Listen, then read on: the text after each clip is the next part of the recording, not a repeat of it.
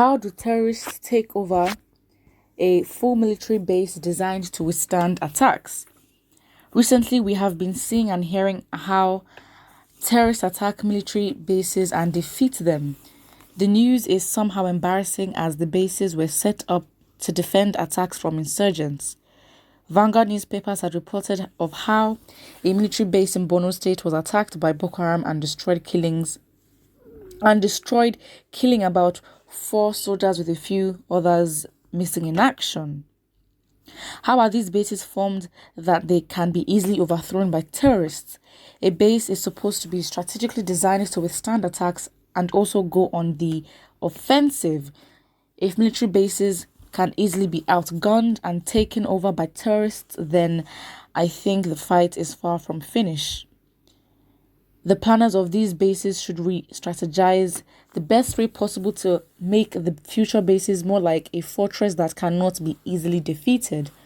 The number of bases being destroyed is too much. The downside of these defeats is that sophisticated weapons will be carted away by the terrorists. Well, the question that's given to us here is, what do you think the Nigerian army can do that will help defend Nigeria from insurgents and terrorists? It's investment. Again, nothing comes at a free price. Again, the training has to be top notch. Again, they have to invest. It is what it is. Again, if we're having news of these people spending money, going abroad, if you see their salaries, I mean, they're out earning politicians in first world countries. Again, it sounds simple, but the fact is they have to invest in it. If they have to be trained by top countries that are used to this kind of things like wars, like let's say Israel. If we're gonna get training from Israel, that's investment as well for the teaching, the training. Invest in sophisticated weapons and all that. Create better incentives for people to join the army with good insurance that they know that, okay, fine, they're fighting for a cause. This basically means that Nigeria has to step up that corruption thing. We have to forget that word and not even know what it is anymore. And also our intelligence units. Nigerians are smart. People who are doing computer IT. Again, if we have one of the best, fraudsters in the world coming from Nigeria, you can't tell me that talent cannot be used for the military intelligence. Again, there are smart kids in the country. We have too much. We're oversupplied with labor, and we have intelligent people who do IT. Again, the amount of, the Yahoo boys, as they say, people are good in this computer thing. They are defrauding people every minute, every second of the day. And Nigeria is one of the top countries when it comes to that. So again, that doesn't mean we cannot change it for good. It's not a hard thing. It really isn't, because again, we know how these things work. We know history and how wars have worked. We know how countries have been defeated. We know this history, and we know where the level is at currently in the world and who has the strongest army and all that. So again, it now comes down and boils down to the people who are in power and their motives. Because again, from the way they act and their patterns, from what we've seen so far, it is very obvious that they do not want this to end. It's very obvious that they are not as proactive. It's very obvious that they do not care enough. I think it should be a whole national thing where they, get people, convince people, these are the incentives to get joining the army. You do IT, computer engineering, all that, intelligence reports, put that there. Our manufacturing system, why can't we make our own planes? Why can't we make our own arms? Do we have to buy it? Maybe for the immediate, the short run, if we need it to defend ourselves, fine. But in the long run, we should be making our own arms and all that. And the incentives should be better. I don't think it takes a lot, because we have examples of, top military bases in the world, and we know that even some are in multiple places on this planet. So again, it boils down to the people in power, and if they're as passionate and as dedicated to the lives of the soldiers and the lives of Nigerians, if they want to. Of course, the people there are not as strong. And then again, we're in terms of our world power, where are we? What connections do we have? Like meaningful connections, not connections by colonialism. That's not a connection. So yeah. Someone says, what do you expect when we have the likes of Issa Pantami in charge of information? Again, he must have given them information about military bases. Very true. So again, it's very obvious that they're not putting in the effort. It's not hard. They know what to do.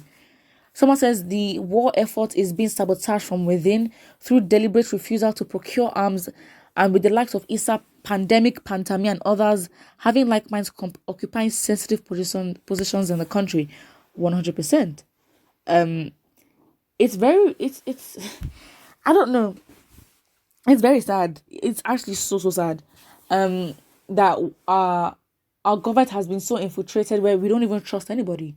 So then where do we start from? Have we gone to a place of a damage of no return? I don't know, because how do we then trust that, you know what, let's have a fresh start? Who do we put in there to really reflect our needs? And yeah, like I don't know. Yeah, it's, if our information system is going to be potentially hacked by ß⁰Ķ⁰, and you know, with the people there again, where do we start from? It seems very, very much hopeless, and I guess the best thing right now is for us to separate. I think so, but again, it doesn't mean separation has to be the worst thing or the final option. Again, it is a lot of work. That mental emancipation, that mental freedom, and you know, people just being highly educated in terms of their level of awareness of what is going on and their level of care for living at this point, because I think it all boils down to that. But yeah, I don't know what else could you do as Nigerians. What are we looking for? Someone says the North knows much that we don't know. Exactly. Unfortunately, the presidency top ranked security chiefs are from there, so these terrorist issues become their business. Someone says, because we have military officers and corrupt politicians who leak out military operations to insurgents. And then someone replies and says, then it's a leadership failure. Yeah, but I don't know. No one is holding anybody accountable, and I think that's the thing. And I think with the more world power you have, you're just not held accountable, to be honest. So yeah, that is so sad. And it's not as if the Nigerian armies are like cowards or anything. I even think that because what's the worst that could happen? Because again, we're getting defeated so many times. What are soldiers saying? What is their experience? What advice can they give us as Nigerians? What do they want? They don't communicate with outside, of course, but it's like ex-soldiers. Like, what do they want Nigerians to do? What do we need to fight for? I think so many things are going wrong in the country. I think that we're so used to being miserable that our miserable, I just say miserability is now a norm to us. And I think that at points of emergency, when we're actually meant to be panicking, I think, panicking in terms of being proactive and doing things quickly, not necessarily panicking in terms of just counterproductivity in terms of how to be proactive. But yeah, I think that we're not taking things as seriously as we should. And the way things are going, the infiltration of, you know, insurgency into the south, like play, things are happening and it can get worse. Put what you think in the comment section below, and do not forget to like and subscribe.